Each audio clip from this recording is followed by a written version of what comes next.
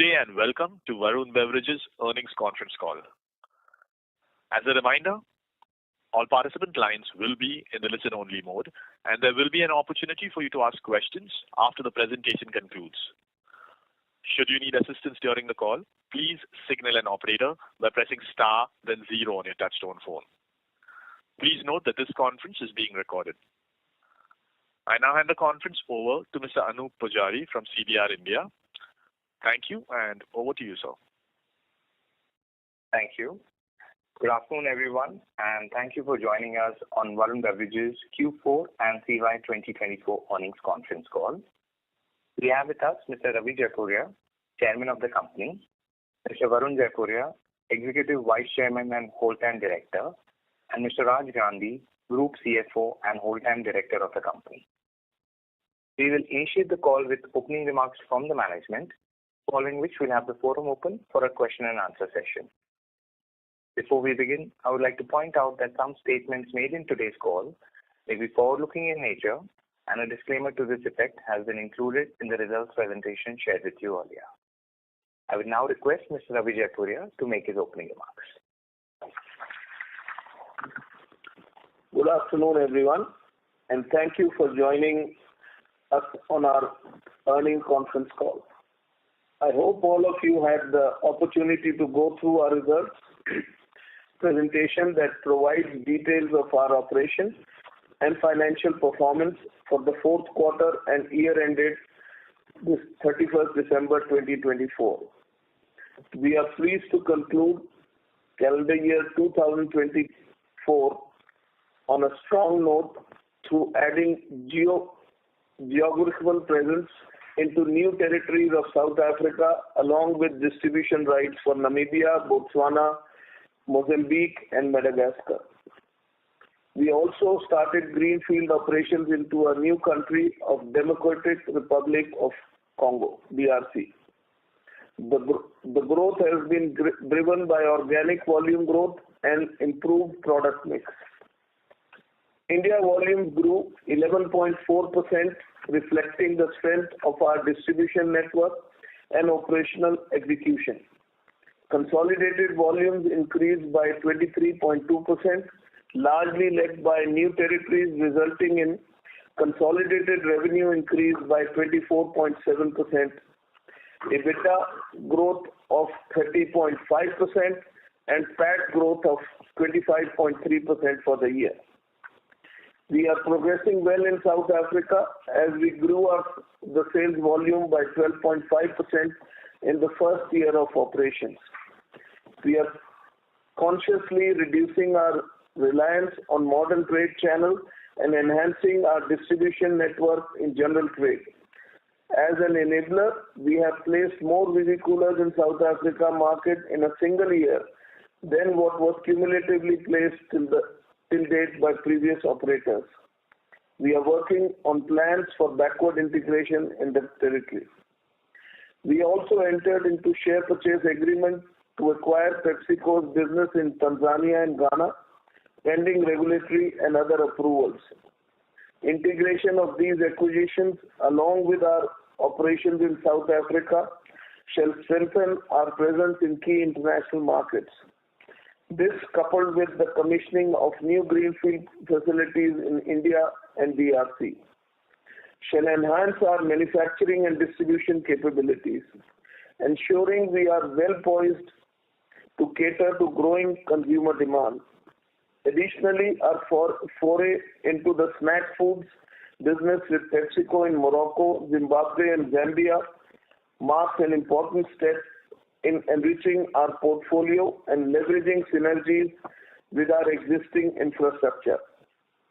In a significant development during the quarter, we successfully raised rupees 7,500 crores through a qualified institutional placement (QIP).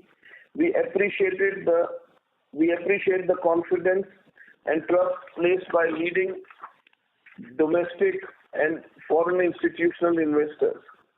In our long-term strategy, business fundamentals and execution capabilities, this capital raise strengthens our financial position providing the flexibility to pursue strategic expansion opportunities, enhance our operational capabilities, and reinforce our balance sheet.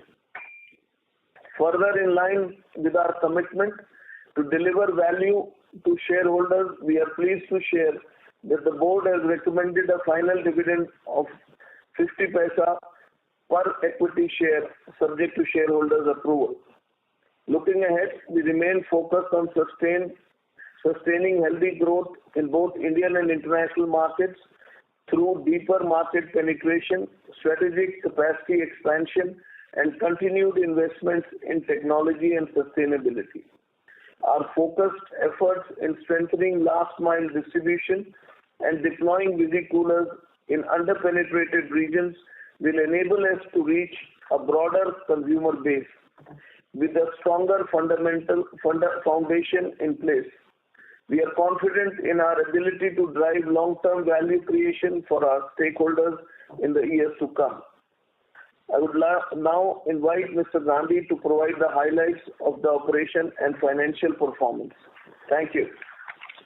Thank you, Mr. Chairman. Good afternoon and a warm welcome to everyone joining us today.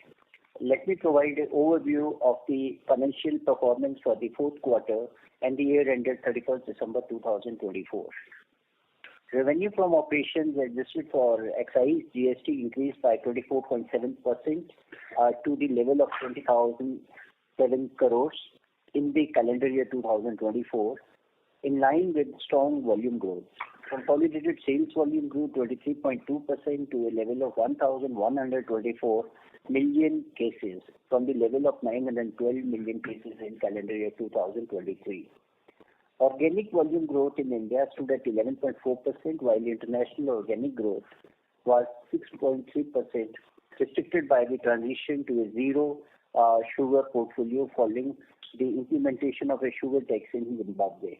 Net realization per case increased by 1.3% to the level of 177.9 in the calendar year 2024. In quarter 4 2024, consolidated sales volume increased by 38.1% to the level of 215.1 million cases from the level of 155.7 million cases in quarter 4 of 2023. The growth was supported by expanded international operations with 43 million cases from South Africa and 7.8 million cases from DRC during the quarter. For the full year, CSD contributed 74.2%, non-carbonated beverages to the level of 6.2%, packaged drinking water 19.6% to the total sales volume. In 2024, mix of low sugar, no sugar products increased to 53% of our consolidated sales volume from 42% in calendar year 2023, reflecting our commitment to the healthier products. Our gross margin during the year expanded by 165 basis points to the level of 55.5% from 53.8% due to strategic procurement and the storage of PET chips to leverage price benefits, along with efforts to reduce sugar content and increase backward integration. Now we have 3 dedicated and 14 integrated manufacturing facilities for backward integration.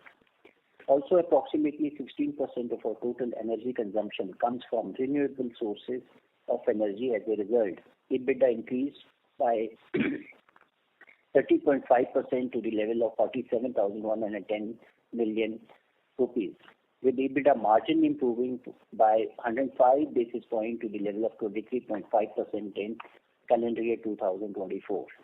This net improvement in EBITDA margins is in spite of consolidation of South African markets with low margins due to 80% mix of own brands and fixed costs associated with new capex which are yet to be fully utilized.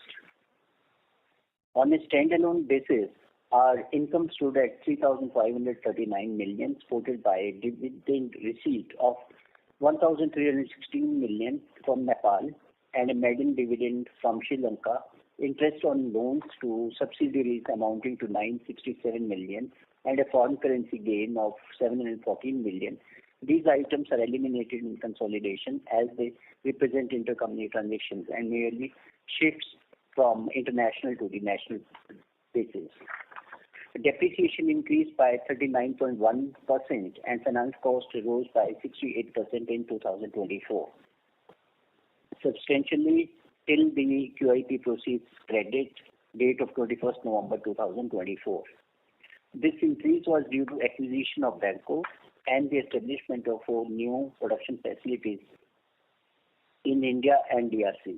As a result, PAT grew by 25.3% to the level of 26,342 million and in 24 from a level of 2,108 crores in 2023, driven by volume growth and improved margins. On the balance sheet front, net capex stood at 45,000 million at the end of 2024, of which 24,000 was spent in 2023 itself.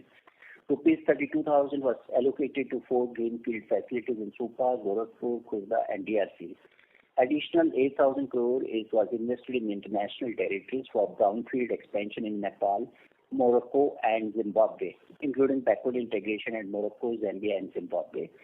This balanced capex comprises land capitalized for future projects and capex on visi-coolers, glass bottles, pallets, vehicles, etc.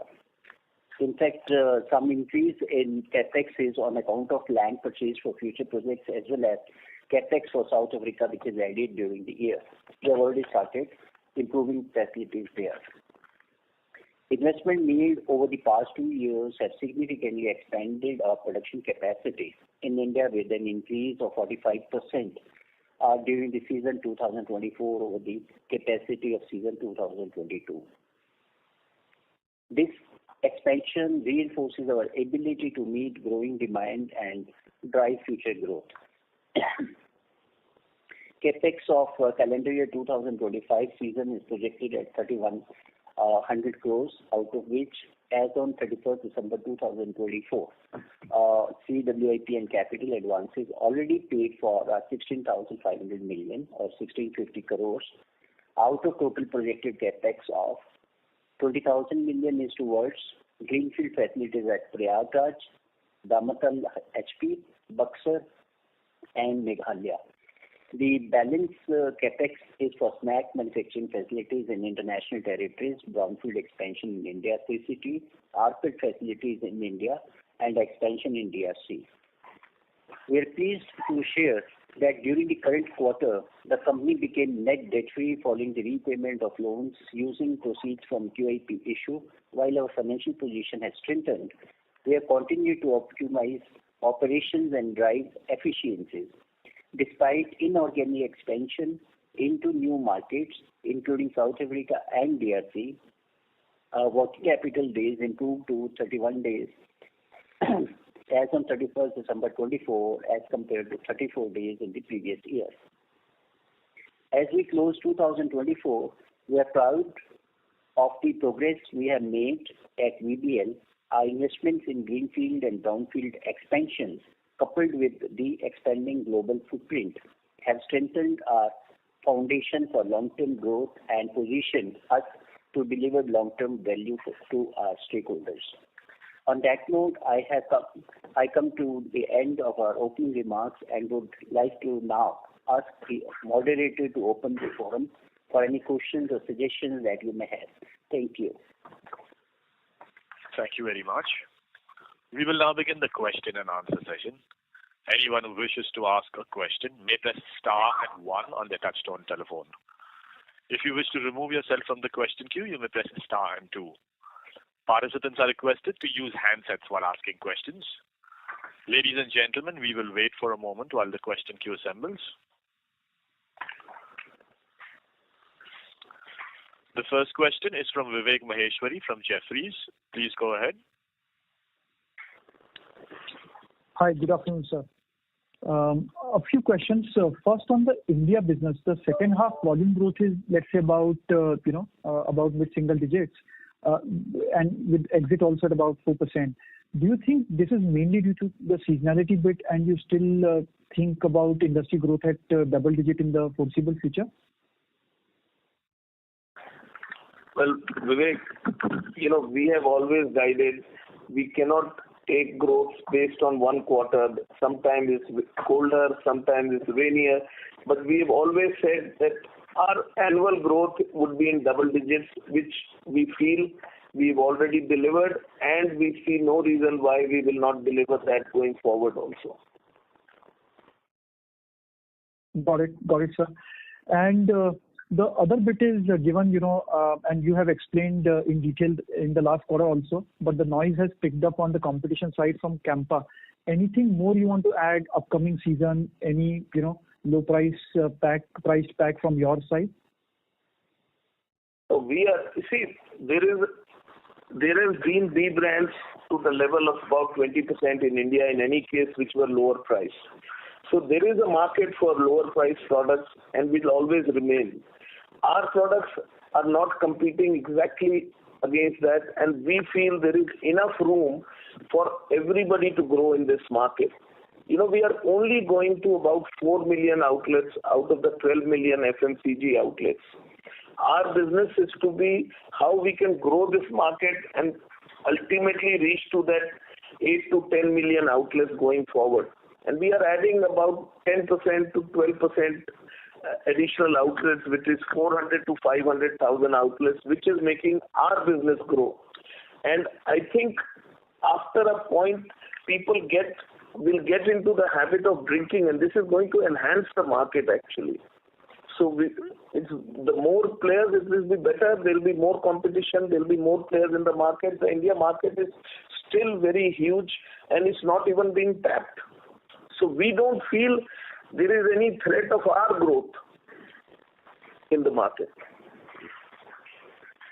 That's quite interesting. But sir, what we have observed is, the end consumer price points are lower, the retail margins are far higher, and we have seen instances. And again, I admit that these are more anecdotes, but there have been instances where retailers are actually pushing Campa, given that their margins are far higher.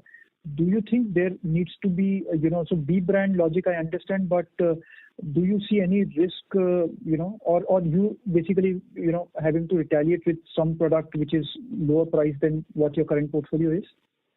Well, I don't think at the moment we need to, because the only thing, half of that this quarter is also gone, and we are not seeing any drop in our growth.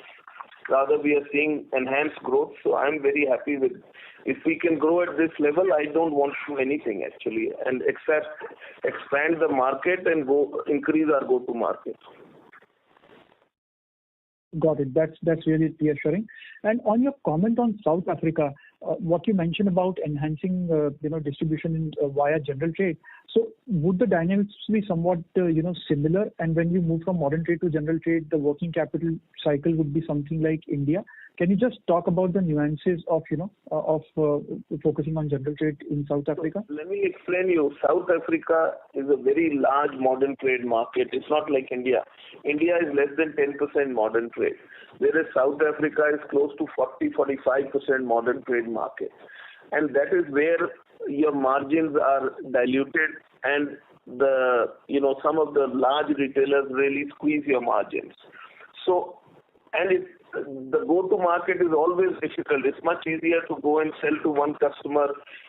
So that is where we are expanding our volume, which is the 60-65% of the market, which is the general trade, where the margins are better, and we will not be dependent on one or two customers.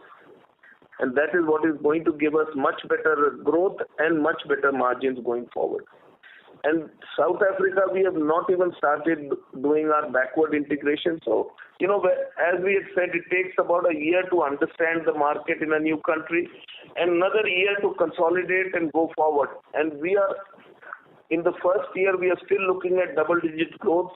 We have consolidated part of our business. Our margins are getting better.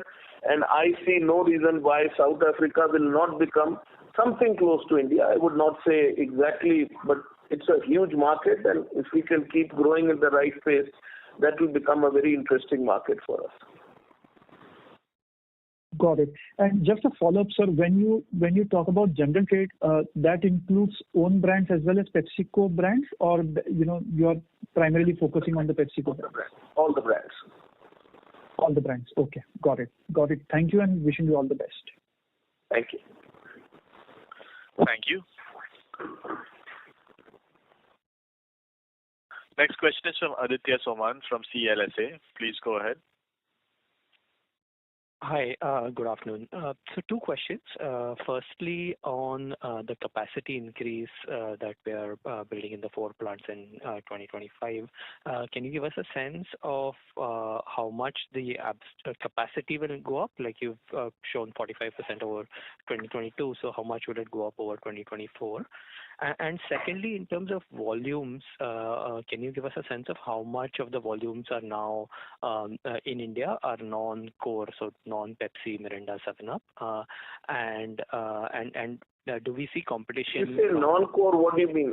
I mean, most of our portfolio is PepsiCo related, except our dairy products. Everything is PepsiCo products. No. I meant just a pure Pepsi, Cola, Mirinda, and 7-Up. So outside of that, so energy drinks, Mountain Dew, all of that, how much do they contribute now?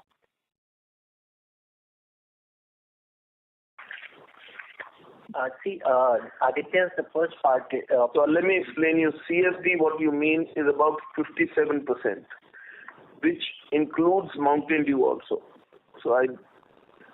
And Sting is about 15% of our market volumes. Juice is about 7.5%, and water is about 18%. That's what the mix is. And capacity, we've already increased in the 2 years about 45%, and last year increase was about 25% would have been last year. And for next year, 10 to 15, that was 25. Yeah. Does that clarify? You need it? Yeah, no. My question was actually capacity for 2025 that will go up because we are sort of adding. It will go up by about 25%. 25%. All right, that's very clear. Thanks. What we have expanded already and what we are already expanding for the new plants. No, very clear. Which will be in production by March.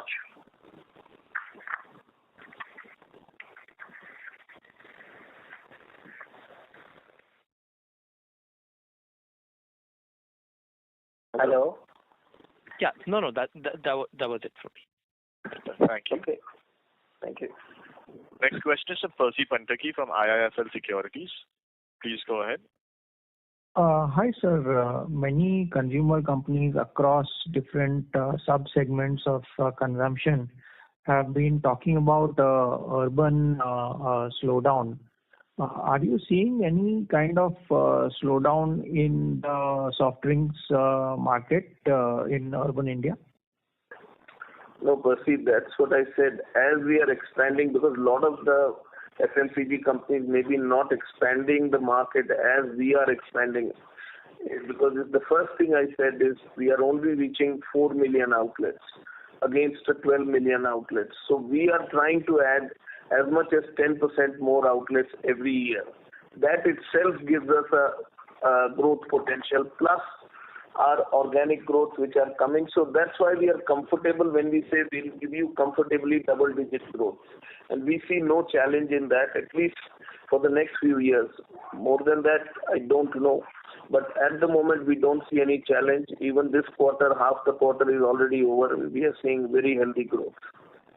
Yeah, understood, sir. My question was more on the industry overall rather than Varun Beverages or Pepsi. That's what I'm saying. Industry-wise, soft drink industry, I think we are all expanding. So I think the soft drink industry is growing much faster than the other FMCG categories. Got it. Also in South Africa, given that your market shares are extremely low for Pepsi and even including the other brands, the market share is just about, I think, close to double digits.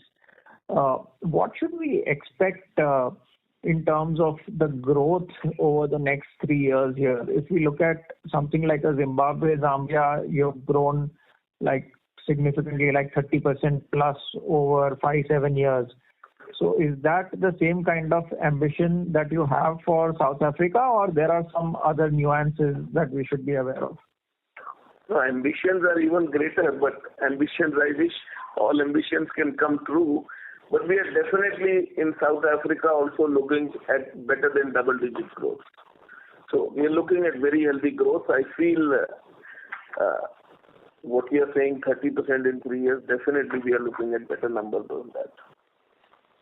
Right, sir. And in Ghana and Tanzania, what is going to be the strategy? Like you said, in South Africa, the strategy is to expand in general trade. In Ghana, Tanzania, is it the same strategy, or there are some other priorities which will give a bigger bang for the buck, you think? So Tanzania, we are Pepsi is already market leaders. So we just need to enhance our go-to-market and put some more capacity. And Tanzania is doing extremely well. Ghana, we have to redevelop the whole market. PepsiCo portfolio is very small, and it's like getting into a new territory. Understood. So the Ghana plus Tanzania put together, I think we should be more modest in our growth expectations versus South Africa. Would that be a right way of looking at it? No, I think most of the African countries looking at double-digit growth is reasonably realistic. Okay, sir. Yeah, that's all from me. Thanks and all the best. Thank you. Thank you. The next question is from Devanshu Bansal from Emkay Global. Please go ahead. Yes, sir. Hi. Thanks for taking my question. So you mentioned that trends are pretty strong. So just wanted to check if you can quantify what are the kind of trends that we are seeing in the domestic geography so far in the current I don't hear you properly. So is it better now? Extremely sorry. Is it better now? Yes, please go ahead.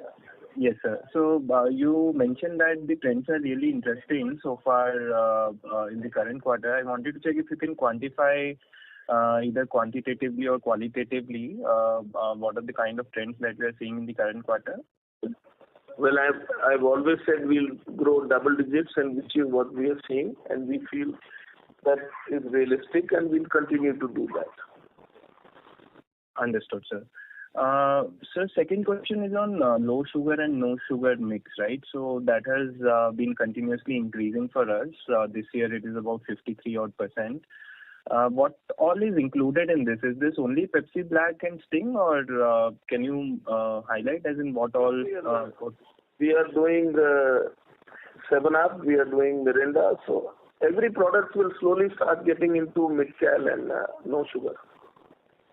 So currently, we have no sugar or low sugar products across our brands, or majority of this 53%? So we have for 7-Up and Pepsi, no sugar, and we have mid-cal for Mirinda, and of course mid-cal for Sting.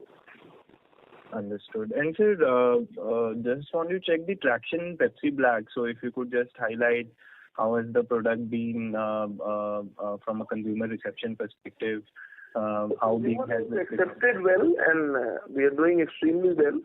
I think we are about Coke's level of zero sugar. So I think I don't have the exact numbers, but we are doing quite well with Pepsi Black and 7-Up. Zero. Understood. Last question from mine is there is distributed opening of food plants in CY25 for foods business. What is the scale of business that we can do in 25 and over next 2-3 years, if you just highlight that? In Morocco, we have already started. We are expecting this year to do close to between $25 and $30 million. And maybe a little more, but till we start the plant, very difficult to say, because the plant will be commissioned only in June.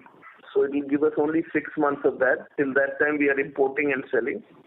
And in Zimbabwe and Zambia, we've just started importing from the goods from South Africa. And we have started only in February, so it's just few days. And the plant will come up in the third quarter of this year. So the growth will enhance at that point. So is it fair to assume, sir, in current year we will be doing revenue, but margins may not be very good because we are importing and selling. So is this a fair assumption? The margins are reasonably good because we've agreed with Pepsi for reasonable margins, and they've been kind enough to give us reasonable margins so we don't dilute ourselves and we can enhance our market. Sir, last question, you mentioned that which we are going to be producing, so there will be some differentiation. Understood, sir. So last question, you mentioned that we are working on a Jeera drink for the upcoming season. Any update you can provide on that? This is my last question. Thank you. Well, we are working on it, and I hope PepsiCo could provide us the product very soon, and I hope we can come up with the product this season, but we don't have it yet. Got it, sir. Thank you for taking my question. Thank you. Thank you. Before we take the next question, a reminder to participants that you may press star and 1 to join the question queue. The next question is from Onkar Gugadere from Sri Investments. Please go ahead. Sir, if you could briefly elaborate on what has been your learnings in the last 1 year, understanding the South African markets. Well, I can only tell you we are still learning. And what we found was we were skewed very heavily towards modern trade where the margins are very low. And we were not going directly to the market, which is the most important thing, and that's where your margins and revenues are. And that's why we have started doing that, but it's a bit too early. It's only been about 6 months we have started. It will take us a year to start gearing up ourselves, and hopefully this year we will start seeing the results of that coming. And even when we have started, we have seen double-digit growth. So hopefully this year we should do better. In terms of margin level, so far what you have seen, the margins are similar to the Indian levels, or like how they are? No, margins are not as per Indian levels. South Africa margins are lower. But once we go into backward integration, which will take us a year, our margins will significantly improve. And once we go to the general trade, which is go to market, instead of focusing on modern trade, our margins will improve. And year on year, you'll see major improvements coming. So how much time it will take for you to like significantly skew towards the general trade? It will take us at least another year. And hopefully some movement will happen this year and the balance will start coming from next year. Okay. The second question is on the capacity expansion you talked about, 25% increase as compared to the current year, the 24 calendar year. But like all the capacity which you have mentioned will be commissioned from the March level, last quarter March level to this level? It will be commissioned before the season. Okay, all the capacity you mean, right? Whatever you have planned. Yeah. Okay. Just a small thing, like this year you have kept the dividend levels same as last year. Any reason for that, in spite of growing profitability? Well, for the moment we have kept it at that. Maybe if the season is good, we'll improve it and do better. Okay. Thanks, sir. Thanks. Thank you. Next question is from Latika Chopra from JP Morgan. Please go ahead. Hi, thanks for the opportunity. My first question was on margin front. Clearly FY24 was pretty good in terms of operating margins for you, both on standalone and consolidated basis, and there were a variety of factors which drove this. I wanted to check with you, what is the comfort that you have for sustaining the domestic India margins at the current levels, and similarly for the international pickup to happen, given the backward integration investments that you're planning. Any thoughts on that? Well, for India, we've always said that we can comfortably remain at 21%. We have never given guidance beyond that, and fortunately, we've been able to perform better than that, but we have never given guidance of beyond that. There's no reason why we should not be able to sustain these margins going forward. And internationally, our margins will only improve because we are getting into newer territories, and recently we've got into a large territory. Once we consolidate and do backward integration, and as I said, that once we start going to the general trade instead of just going to the modern trade, our margins will improve, and we see margins improving this year and will significantly enhance next year after we are backward integrated. Sure. I heard your comments to the earlier question on competition, but, clearly we have seen, the new entrant kind of putting out a number of 10% market share in select states. Just wanted to check, are you sensing any geographic variances in terms of need for higher promotions, etc., in any of the key states that you operate in? The promotions are always good, and we are always looking for more promotions, and we keep pushing our parent company. But the question is, India market is so large, which has not been tapped properly, and the opportunity is so huge that there is enough room for enough players, and as many players will come in, the market will only grow. We are not seeing any dent on our growth, and that is the key what I wanted to say. I'm not saying the other people will not sell or not grow or not compete, but I think the market will grow and there's enough room for everybody. Understood. Any comments on market shares for you? We are doing extremely well right now, so I think is available with Nielsen and other people. So all right. We never comment on market share. All right. Thank you so much. Thank you. Thank you. The next question is from Amit Purohit from Elara. Please go ahead. Yes, sir. Thank you for the opportunity. So just wanted to understand in light of a scenario where competitive intensity rises, in that context, I just wanted to get your perspective of how does the process happen. I mean, tomorrow, if there is a margin increase by the competition increases, and then who would take the decision, and if there is any pricing, how does that would play out? Just wanted to have your thoughts on that. No, I mean, fundamentally, we take the decision and we may have to make the market calls. Of course, we discuss with our parent company, but the question is this, the market is large enough. So, as I said, there were already enough people who were selling at the lower prices. So, I think with the lower prices, the market will expand in a huge way, and there will be room for our pricing and their pricing. So, I don't see any reason why anybody has to really be concerned. I think the market itself will grow, and then people will upgrade themselves. Sure. Okay. And just could you just highlight the couple of launches which probably we could see this year, sir? One is you, and any other launches that?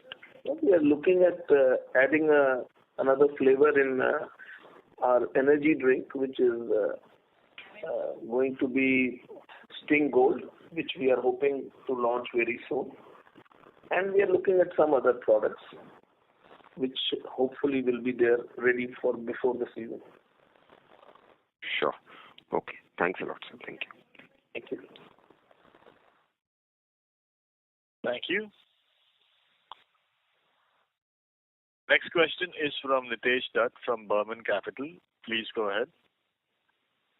Thank you for the opportunity. I had a question on our Indorama JV that we had announced a few quarters ago for fulfilling our recycled PET requirements.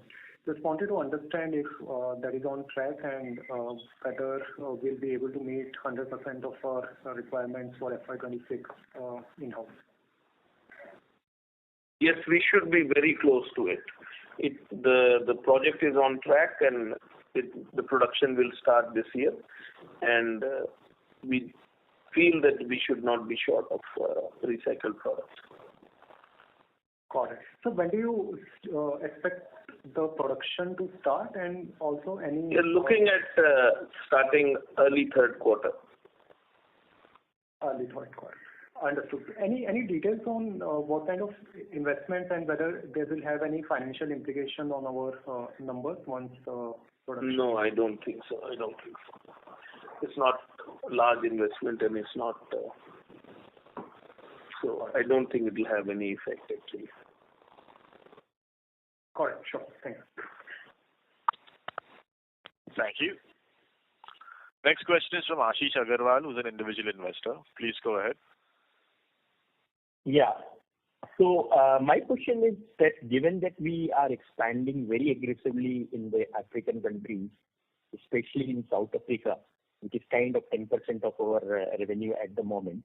So what is our strategy for risk mitigation of currency volatility? And I'm not talking for diversification in multiple countries. If we look only at South Africa, what is our strategy for protecting ourselves from this volatility of currency? Well, I think if you look at the currency devaluation, it is less than India right now. So I don't think we have to worry too much. And if there is a higher devaluation in any country, then we pass it to the consumer. So it doesn't affect overall. Slight variations obviously happen in different parts of the world. But the market is so large that it will give us so much room to play and enhance our volumes that if there is a minor currency variation, it won't make a difference. Okay. I was talking more from the long-term perspective and especially from South Africa, where there has been long-term, all of Africa is like that. But as we have seen, we've been in African market for more than 10, 12 years now. And we pass on, if there is a major fluctuation in currency, then we pass it on to the consumer and the consumer accepts it. We have not found any, unless until some country has a major devaluation, that's a different story. Then you have to face a challenge for maybe 6 months or a year. Okay. Thank you. That's it from my side. Yeah. Thank you. Next question is from Devanshu Bansal from MK Global. Please go ahead. Yes, sir. Hi. Thanks for the follow-up opportunity. So you mentioned this expected launch of Sting Gold. So wanted to check, does this launch add to some new consumption occasions versus the earlier flavor that is there for Sting? So what's the strategic thought behind that? Well, I think it will give more opportunity for people who, for a different taste, different product, and it will expand the market. And energy market is a huge market. If you look at in the surrounding countries or developing countries, energy market is 15 to 20% of the mix, and India is still 5%, 6% of the mix. So we have lot of room. So we have to keep on enhancing this market with different flavors. People like different flavors and different products. So does this also improve our portfolio for HoReCa channels, sir? From I'm asking from terms of as a mixer or something like that. Not understanding your question. Sorry. I'm asking, sir, does this also improve this drink in terms of mixing with hard drinks and something? The consumers have to make, but we suggest they can have it directly, but if they want to mix it with anything, that's their call. But it's a great product, and we feel it will do extremely well. Understood, sir. And last couple of seasons were impacted due to rains or extreme summer. But this time around, there are reports of an early summer, sir. So what is your sense on capacity utilization for the upcoming season? So assuming that if the summer season has no interruptions, so what's the level of capacity utilization that we can see for the upcoming season? We have enough capacity. We have expanded enough capacity, and we are seeing healthy growth. We can never be 100% sure with exact capacity utilization, but we are not going to be short of capacity this year for sure. And we are seeing very healthy growth and very happy with what is happening. Mr. Sir, just a small follow-up. So if things go well, I'm just asking to get the maximum potential. So if things go well, can we also reach 100%, or that's not the case that can happen? 100% growth? No, not 100% growth, utilization. I wish we could. I will be very happy if we are able to. Sure, sir. Enhance our capacity quite a bit, so. Yes. Yeah. So I think, and especially with the new greenfield plants coming up this year, I think we'll have enough capacity. I would be very happy if we are anywhere close to 90-95% also. I'll be very happy. That's not realistic. Understood, sir. Okay. Thanks for taking my questions. Thank you. Next question is from Ayush Sharma, who's an individual investor. Please go ahead. Hi, sir. Previously, we have seen the launch of Sting Blue, and nowadays we don't see it much. So, any reason why we have, sort of left that product? Well, sometimes we launch certain products for in and out, and that just to give a taste, and that was what Sting Blue was. But this is a long-term product like the Sting red color berry which we have. So that was basically it was a year of the cricket so they put a blue drink which was for the Indian cricket team. So it was basically just a flavor and just an in and out product. Okay. And will this Sting Gold be the kind of similar product, or this will be a permanent in that contract? So Sting Gold is going to stay, and it's a long term. Okay. Thank you so much, sir. Thank you. Thank you very much. That was the last question in queue. I would now like to hand the conference back to the management team for closing comments. Thank you very much. I hope we have been able to answer all your questions satisfactorily. Should you need any further clarifications or would like to know more about our company, please feel free to contact our investor relations team. Thank you once again for your interest and support and taking time out to join us on our call. Look forward to interacting with you soon. Thank you very much. Thank you very much. On behalf of Varun Beverages Limited, that concludes the conference. Thank you for joining us, ladies and gentlemen. You may now disconnect your lines.